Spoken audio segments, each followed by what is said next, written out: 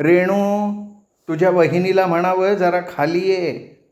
आपल्या गाडगीळ सराफांचे मुनीमजी आलेत. 2 नेकलेसचे पीस आणलेत त्यांनी, पसंत करायचेत. सकाळी सकाळी इंदुमावशीने रेणूला ओरडून सांगितलं. खरं तर इंदुमावशीचा आवाज असा दणदणीत होता की ती जे काही बोलायची ते सगळं श्वेताच्या खोलीत ऐकू जायचं. पण इंदुमावशी डायरेक्ट कधीच श्वेताशी बोलायची नाही. प्रत्येक वेळेला रेणूला मध्ये घ्यायची. जे काही सांगायचं असेल ते रेणूमार्फत श्वेताला सांगायची. आताही इंदुमावशीनं रेणूला तसंच सांगताच रेणू फटकन म्हणाली, मावशी, तू सारखी सारखी मला वहिनीच्या खोलीत जायला सांगत जाऊ नको हां, मला आवडत नाही ते. खरं म्हणजे रेणूला आताशा श्वेताच्या खोलीत जायचं म्हटलं की धडकी वारायची. कालचाच प्रसंग. काल रात्री रेणू बराच वेळ जागी होती. आपल्या खोलीच्या दारं खिडक्या बंद करून छोट्याशा टेबल लॅम्पच्या प्रकाशात ती शन्ना नवरेंची दिवसेंदिवस वाचत होती. मस्त लिंक लागलेली होती. सकाळी घडलेल्या त्या प्रसंगापासून ती काहीशी अपसेट झाली होती. इंदुमावशीचे, श्वेताचे, अनंताचे, जितूचे असंख्य विचार तिच्या मनात येत होते. प्रत्येकाच्या स्वभावातलं वेगळेपण शोधता शोधता तिच्या मेंदूचा अक्षरशः भुगा व्हायला लागला होता. शेवटी या सगळ्या विचारातून सुटका करून घेण्यासाठी तिने शन्नांची दिवसेंदिवस वाचायला घेतली होती. हे पुस्तक तिला अतिशय आवडलेलं होतं. यापूर्वी 2 वेळा तिने ते वाचलं होतं. पण प्रत्येक वेळी वाचताना त्या पुस्तकाने तिला पुनःप्रत्ययाचा आनंद दिलेला होता. आणि तेवढ्यात तिच्याच बाजूला असलेल्या जितू श्वेताच्या खोलीतून पहिल्यांदा हळूहळू आवाजातलं बोलणं तिच्या कानापर्यंत आलं होतं. हळूहळू त्या आवाजाची पट्टी वाढत चाललेली होती. श्वेताला आज ती पहिल्यांदा एवढ्या मोठ्या उंच आवाजात बोलताना ऐकत होती. एकच प्रश्न श्वेता पुन्हा पुन्हा जितूला विचारत होती, तुम्ही मला पहिलं आणि शेवटचं सांगा, या घरातली तुमची आणि माझी पोझिशन काय आहे? या घरातलं आपलं स्थान कोणतं आहे? काय स्थान आहे आपलं? जितूने याच्यावर काय उत्तर दिलं ते रेणूला ऐकू आलं नाही. कदाचित तो काहीतरी बोलला असेल अगदी हलक्या आवाजात. कदाचित तो त्या प्रश्नाचं उत्तर देण्याच्या अवस्थेतच नसावा, किंवा कदाचित त्यांनी श्वेताच्या प्रश्नाकडे चक्क दुर्लक्ष केलेलं असावं. म्हणूनच रात्रीच्या त्या प्रकारानं रेणूला श्वेताच्या खोलीत जायची भीती वाटत होती. तिने चक्क मावशीला नकार दिलेला होता. शेवटी मग इंदुमावशीने रमाबाईंना श्वेताला बोलवून आणायला पाठवलं होतं. रमाबाई गेल्या, लगेच खाली आल्या. म्हणाल्या, अहो वहिनीसाहेब बॅग भरतायत, नाशिकला चालले म्हणाले त्या. इंदुमावशीच्या संतापाचा पारा एकदम चढला.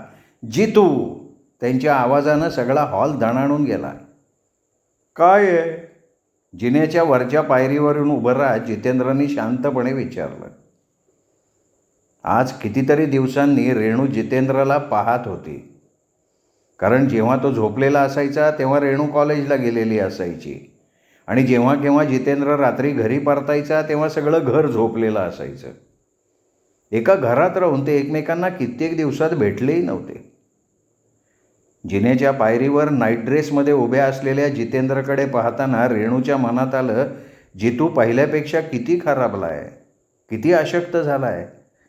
त्याचं ते चेहऱ्यावरचं पहिलं तेज कुठेच दिसत नाही आहे. त्याच्याऐवजी चेहरा किती निस्तेज झाला आहे त्याचा. गालाची हाडं वरती आली आहेत. किती हेळसाण करून घेतली आहे त्यांनी आपल्या प्रकृतीची. जितेंद्रचं ते एकंदर रूप बघताना नकळत रेणूच्या हृदयात कालवा कालव झाली. तिचे डोळे भरून यायला लागले. पण ती काय करणार? काय बोलणार? त्याला बोलायचा, त्याच्यावर रागवायचा, रुसायचा तिचा अधिकार केव्हाच तिच्यापासून हिरावून घेतला गेला होता. श्वेता कुठे चालली आहे? इंदुमावशीने काहीशा कडक शब्दात जितेंद्रला विचारलं. मला काय माहिती, तूच तिला विचार. जितेंद्रनी बेफिकीरपणे उत्तर दिलं. तिला काय म्हणून? तू तिचा नवरा आहेस, तुलाच विचारणार मी. हा तोफेचा गोळा माझ्या गळ्यात बांधण्यापूर्वी तू मला विचारलं होतं का? माझ्या पसंती नापसंतीची पर्वा केली होतीस? मग आता का मला विचारतेस? आणि इंदू मावशीच्या उत्तराची वाटही न बघता जितेंद्र तसाच वळला, पुन्हा आपल्या खोलीत निघून गेला. इतक्या स्पष्ट शब्दात जितेंद्रनी केलेल्या आरोपामुळे इंदू मावशीला क्षणभर काही सुचलंच नाही.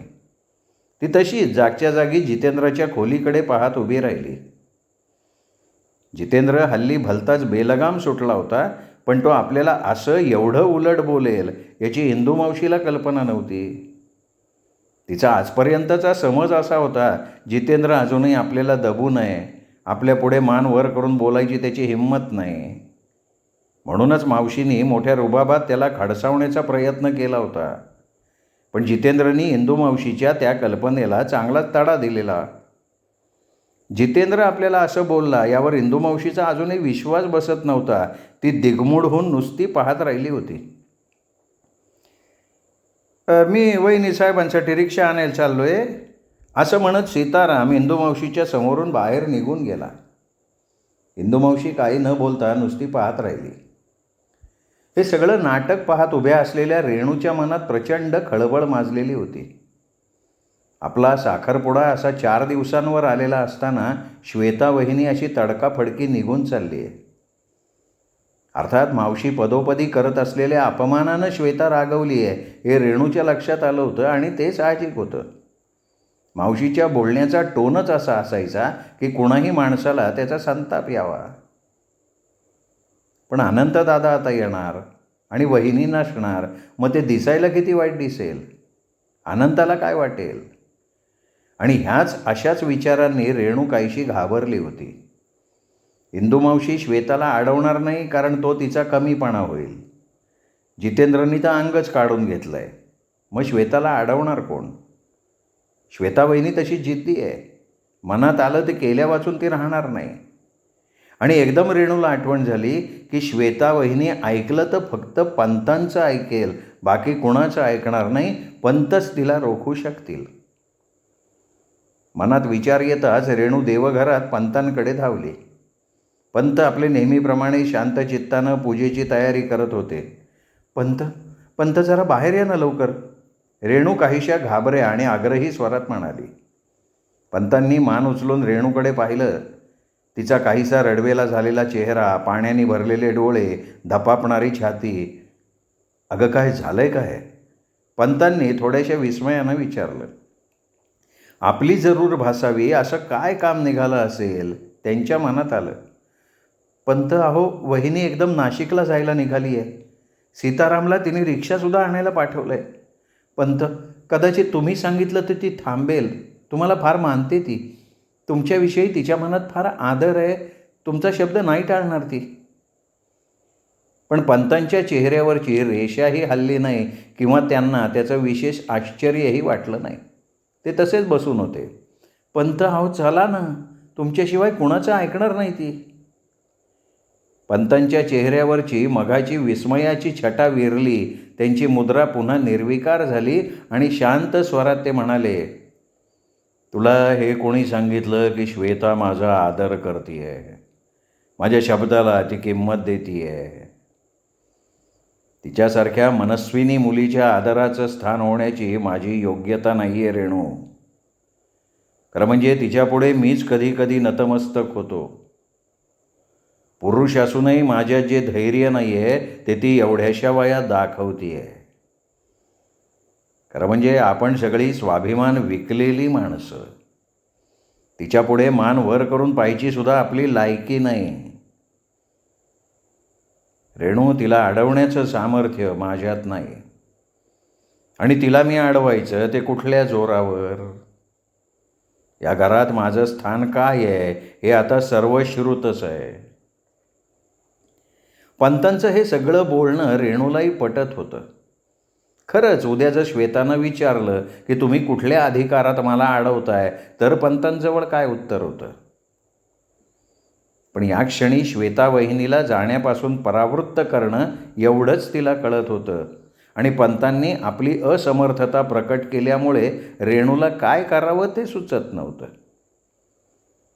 रेणूच्या चेहऱ्यावरची काळजी, मनातली उलघाल पंतांनी अचूक ओळखली. ते म्हणाले, हे बघ, श्वेताला जाण्यापासून परावृत्त करणारा एकच माणूस आहे, कोण आहे? सांगा ना लवकर, रेणूने उजळत्या चेहऱ्याने विचारलं. पंत शांतपणे म्हणाले, जितू.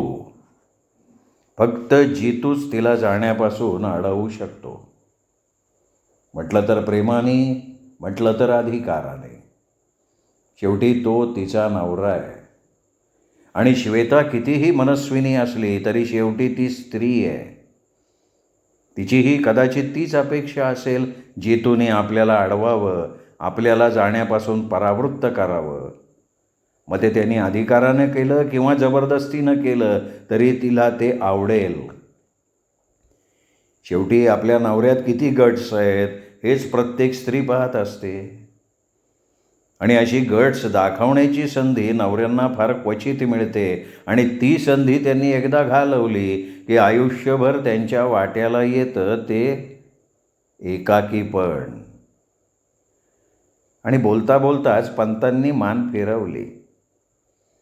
देव्हाऱ्यातले देव तामणात घेऊन ते खसाखसा घासू लागले. वाळलेला गंध काढण्यासाठी का? तेवढ्यात बाहेर रिक्षा थांबल्याचा आवाज आला. सीताराम रिक्षा घेऊन आलेला असणार. आता श्वेताला थांबवणं शक्य नव्हतं. जितूला सांगण्या इतकाही वेळ नव्हता. रिक्षाचा आवाज ऐकून रेणू पुन्हा हॉलमध्ये आली. निराश मुद्रेने तिने वर बघितलं. हातातली सुटकेस सांभाळत श्वेता शांतपणे जिना उतरून खाली येत होती.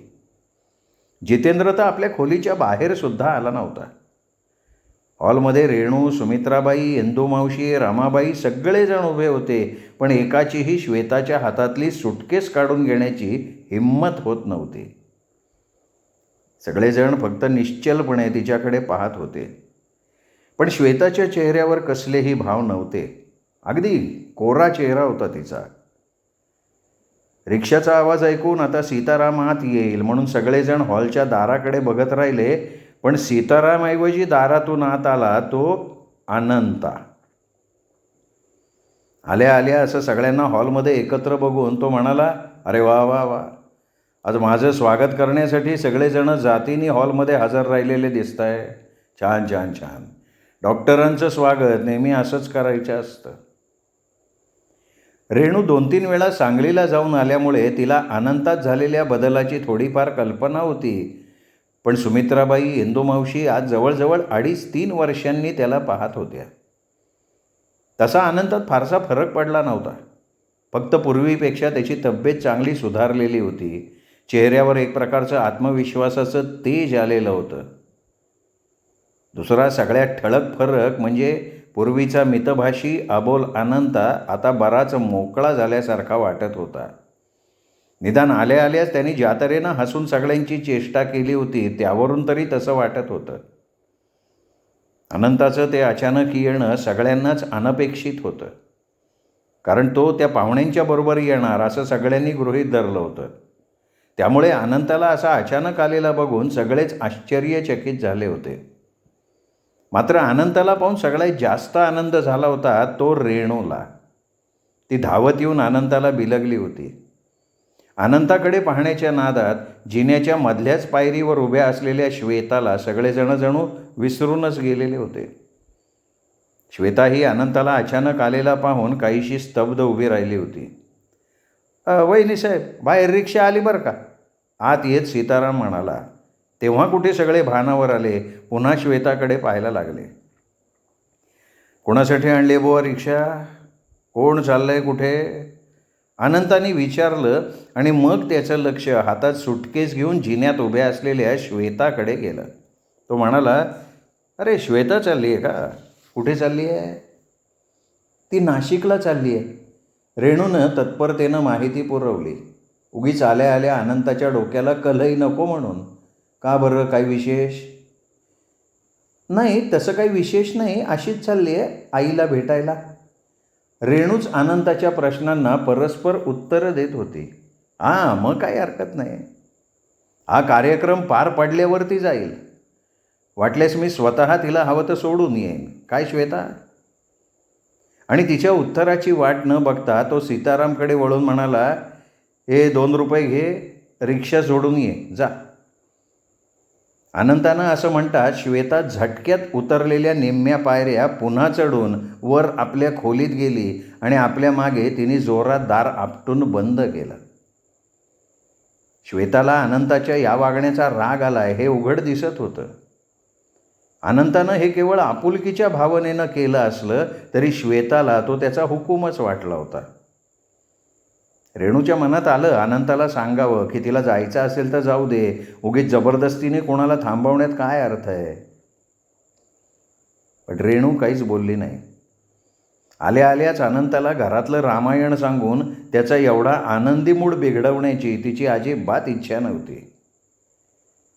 त्याच्यासाठी चहा करण्याकरता ती किचनमध्ये गेली. तिच्या मागोमाग रमाबाई गेल्या. सुमित्राबाई आपल्या खोलीत निघून गेल्या. इंदुमावशी तिथेच सोफ्यात बसून राहिली. हातपाय धुवून अनंता पंतांच्या देवघरात गेला. रेणू, कंटाळा आला बुवा घरात बसून, चल जरा फिरून येऊ डेक्कनवरनं, अनंता रेणूला म्हणाला. सकाळी आल्यानंतर थोडंफार याच्या त्याच्याशी बोलल्यानंतर दुपारी जेवून त्यांनी जी ताणून दिली होती ती आत्तापर्यंत 4-4:30 वाजता तो उठला होता. सांगलीला घर आणि दवाखाना जवळजवळ असल्यानं अनंताला एवढी विश्रांती कधी मिळायचीच नाही. एवढं दुपारचं निवांत झोपायला त्याला कित्येक दिवसात मिळालं नव्हतं. म्हणूनच आता इतकी मस्त झोप काढल्यावर सवय नसल्यानं येणारी शिथिलता त्याला आली होती आणि त्याकरता जरा पाय मोकळे करण्यासाठी बाहेर पडावं असं त्याला वाटत होतं. शिवाय रेणूशी त्याला बरंचसं बोलायचं होतं जे इथे या घरात बोलता येण्यासारखं नव्हतं. रेणू हे अनंतानं चल फिरून येऊ म्हणतात चटकन होकार दिला. घरातल्या वातावरणानं तीही काहीशी कोंदटल्यासारखी झालीच होती. शिवाय अनंताबरोबर भटकायला तर तिला फार आवडायचं. विशेषतः एखाद्या माणसाची नेमकी आवड हेरून त्यावर बोलण्यात आणि त्या माणसाला बोलतं करण्यात अनंताची विलक्षण हातोटी होती. त्यामुळे त्याच्या सहवासात वेळ कसा गेला याचा पत्ताही लागायचा नाही. त्यातच पुण्याचं आत्ताचं हवामान सुरेख होतं. जून महिना असला तरी पावसाला अजून सुरुवात झाली नव्हती. त्यातून पुण्यातली संध्याकाळ, नुसते भटकायचं म्हटलं तर एकदम बेस्ट. वेळ कसा गेला, आपण किती चाललो याचा पत्तासुद्धा लागत नाही.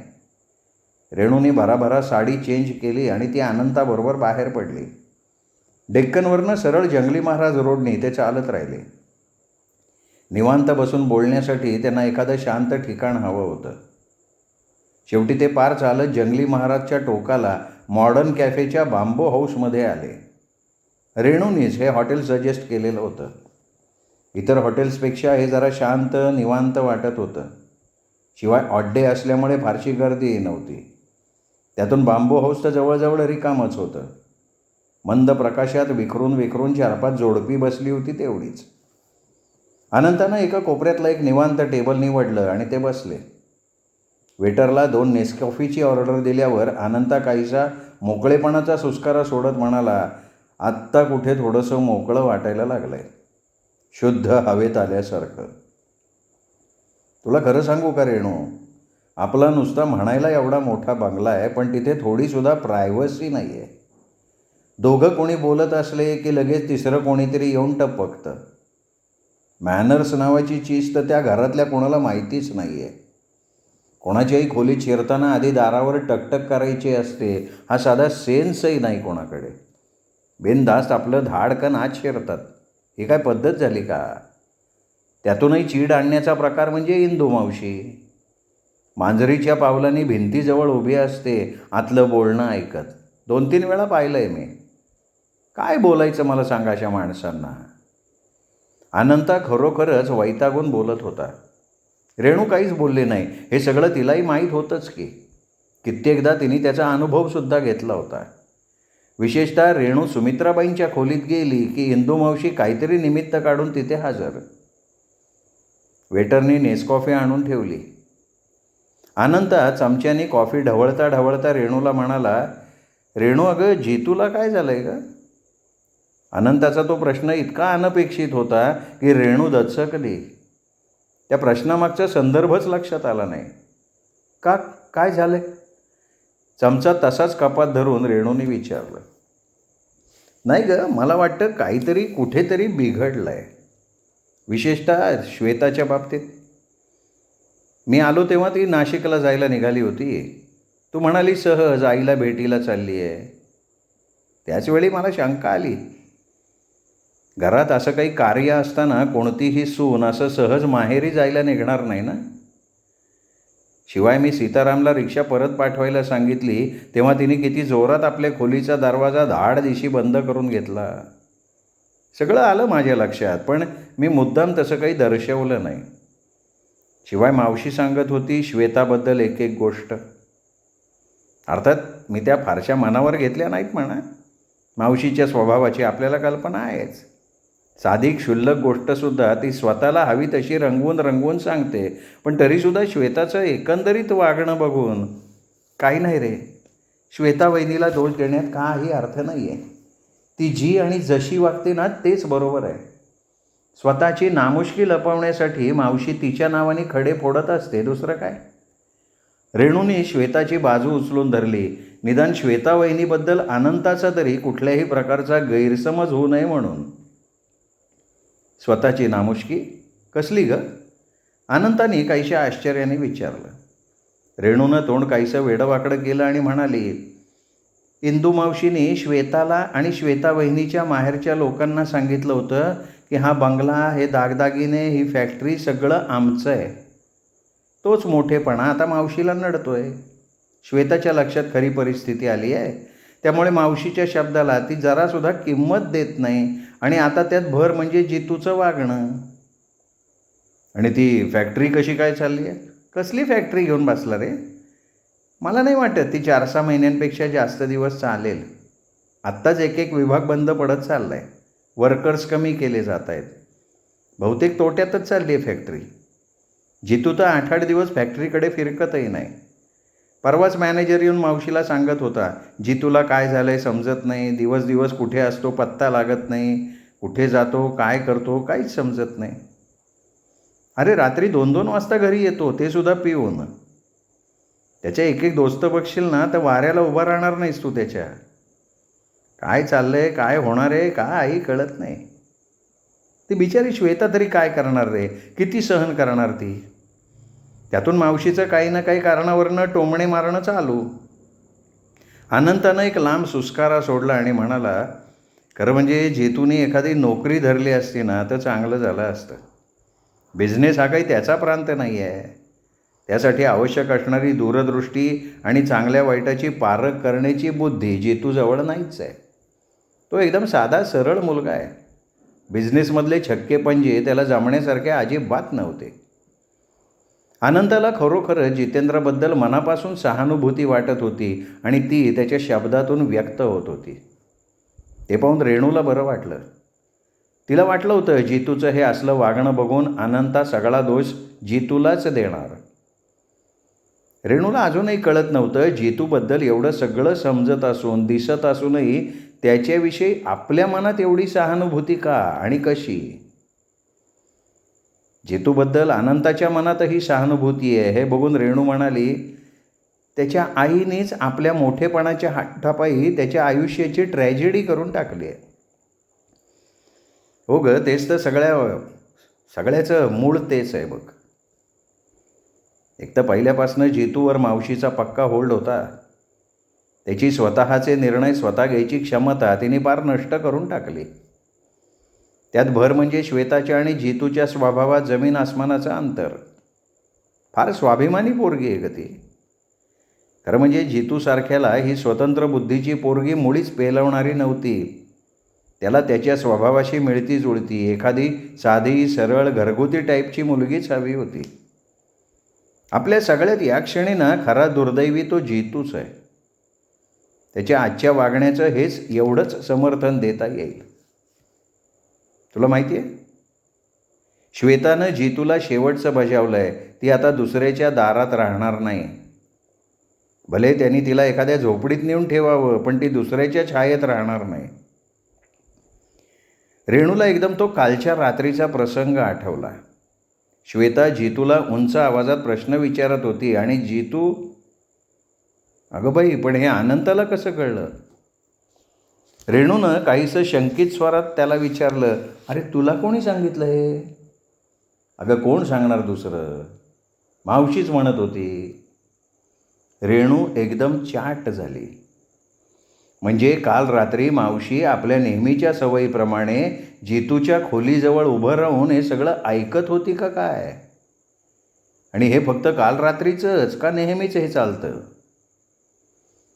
जितूचं नवीन नवीन लग्न झालेलं असतानाही मावशी अशीच हॉलमधल्या सोफ्यावर बसून वरच्या जितूच्या बंद दाराकडे बघत काय काय बडबडायची, काय काय बोलायची. हे सगळं कशाचं लक्षण आहे? हा मावशीचा स्वभाव म्हणायचा का विकृती? रेणू आपल्याच विचारात एवढी गर्क होती की अनंता काहीतरी बोलला एवढंच तिला कळलं. भानावर येत तिने विचारलं, काय म्हणालास रे?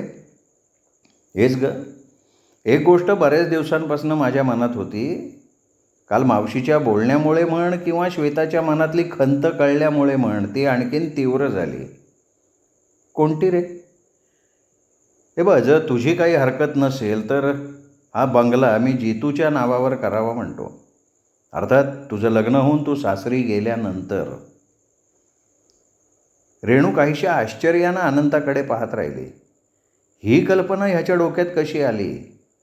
का मावशीनीच खुबीनी याच्या मनात भरवली, श्वेता वहिनीचं नाव पुढे करून? पण अनंता तसा इंदू मावशीला चांगला ओळखतो. तो तिच्या असल्या युक्त्यांना बळी नाही पडणार. म्हणजे ही त्याचीच कल्पना.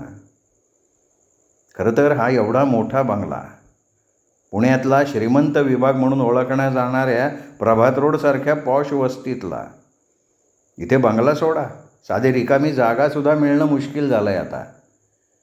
आणि अनंता किती सहजपणे जितूच्या नावावर बंगला करण्याबद्दल बोलतोय. अनंता आपला भाऊ आहे, पण खरंच त्याच्या मनाचा थांग कधी आपल्याला लागलाच नाही.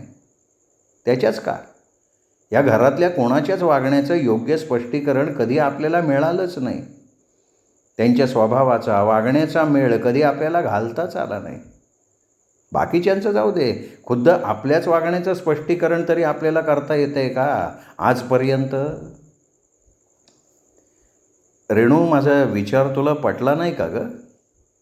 रेणू काही न बोलता आपल्याच विचारात गुरफटल्यामुळे तिच्या मौनाचा वेगळाच अर्थ घेत अनंताने विचारलं, नाही रे, तू घेतलेला निर्णय योग्यच असणार, पण काय? अरे, हा बंगला जितूच्या नावावर केला, मग आईचं काय? तिला जितूच्या दारात टाकायचं? नाही ग, असं कोण म्हणतंय? आई माझ्याजवळ राहील. नाहीतरी आज ना उद्या तिला हा निर्णय घ्यायलाच लागणार आहे. फक्त तो थोडा लवकर घ्यायला लागेल, इतकंच. आणि हे सगळं तू आईला विचारलं आहेस? हां, खरं म्हणजे ही गोष्ट तिनेच मला मागे एकदा सुचवली होती. त्यावेळी जितूचं लग्न नव्हतं झालं. शिवाय तू होतीस. माझं बस्तान नीटसं बसलेलं नव्हतं. म्हणून मी ती गोष्ट त्यावेळी फारशी मनावर नव्हती घेतली. तुम्हाला दोघींना त्यांच्या दारात टाकणं मला योग्य वाटलं नव्हतं, मनातनं पटतही नव्हतं, म्हणूनच. आईने हे काय चालवलंय मला तर कळतच नाही आहे. म्हटलं तर स्वतःशी, म्हटलं तर अनंताला उद्देशून रेणू काहीशा उद्वेगानं म्हणाली, आजोबांची जमीन विकली, त्याचा सगळा हिस्सा इंदू मावशीला देऊन टाकला. आपले एक एक करत सगळे दागिने इंदू मावशीच्या डब्यात नेऊन टाकले आणि आता हा उरला सुरला बंगला. आई हे मावशीचं कुठल्या जन्माचं कर्ज फेडण्याचा प्रयत्न करते ना, तेच कळत नाही. त्या पायी तिने आपल्या पोरांच्या सुखदुःखाचा सुद्धा कधी विचार नाही केला. मी म्हणते बाकीचं सगळं जाऊ दे, पण हा बंगला तरी तिने तुझ्यासाठी ठेवायचा ना. आपल्या या भगिनी प्रेमापायी ती एवढी आंधळी झाली आहे की आपल्या एकुलत्या एका मुलाला आपण बेघर करतोय हेच तिच्या लक्षात येत नाही. रेणू एकदम एक्साइट झाली होती, पण अनंता शांत होता. त्याने तिच्या काहीशा कापत असलेल्या हातावर हात ठेवला आणि म्हणाला, रेणू, अगं, ज्या दिवशी डॅडी गेले ना, त्याच दिवशी खरं तर मी बेघर झालो होतो, अनाथ झालो होतो. हे घर, हा बंगला, हे डॅडींच्याच पैशावर मिळालेलं वैभव कधीच मला आपलं वाटलं नाही. उलट या वैभवाच्या, या बंगल्याच्या मुळाशी असलेल्या सगळ्या आठवणी एखाद्या काट्यासारख्या मला सतत टोचत असायच्या. म्हणून तर हे सगळं सोडून मी मिरजेला गेलो ना, तिथे स्थायिकही झालो आणि त्याचं मला कधी दुःख नाही झालं. आता या बंगल्याचा एकुलता एक काटा मनातनं दूर झाला की मी खऱ्या अर्थानं मोकळा श्वास घेऊ शकेन. आणि रेणू, कदाचित तुला माहिती नसेल, जर इंदुमावशी आपल्या आयुष्यातला तो जुगार जिंकली असती ना, तर आज हे घर, हे वैभव सगळं सगळं तिचं असतं. मला आणि आईला कदाचित तिच्याच आश्रयाखाली यायला लागलं असतं. आज जे फिलिंग श्वेताला जाणवतंय ना, तेच फिलिंग कदाचित त्यावेळी माझ्या पत्नीला जाणवलं असतं. तीही कदाचित मला आज हेच म्हणाली असती जे श्वेता तुला म्हणाली. इंदुमावशीचं प्रकरण अनंताला माहिती असेल अशी रेणूला स्वप्नात सुद्धा कल्पना आलेली नव्हती. तिला वाटत होतं आईने ते आपल्याशिवाय कोणालाच सांगितलं नाही आहे, म्हणून ती काहीशा अस्फुट स्वरात म्हणाली, तुला तुला ते सगळं माहिती आहे? अनंताच्या चेहऱ्यावर विषादाची छटा पसरली. अतिशय विषण्ण आवाजात तो म्हणाला, श्रोते हो, अनंता रेणूला काय म्हणाला, त्यांनी रेणूला काय सांगितलं ऐकणार आहोत उद्याच्या भागात. भेटूयात दीपक रेगे कथाकथन चॅनलवर. 13वा भाग ऐकण्यासाठी सुरेश वैद्य लिखित फिलिंग या कादंबरीचा. नमस्कार.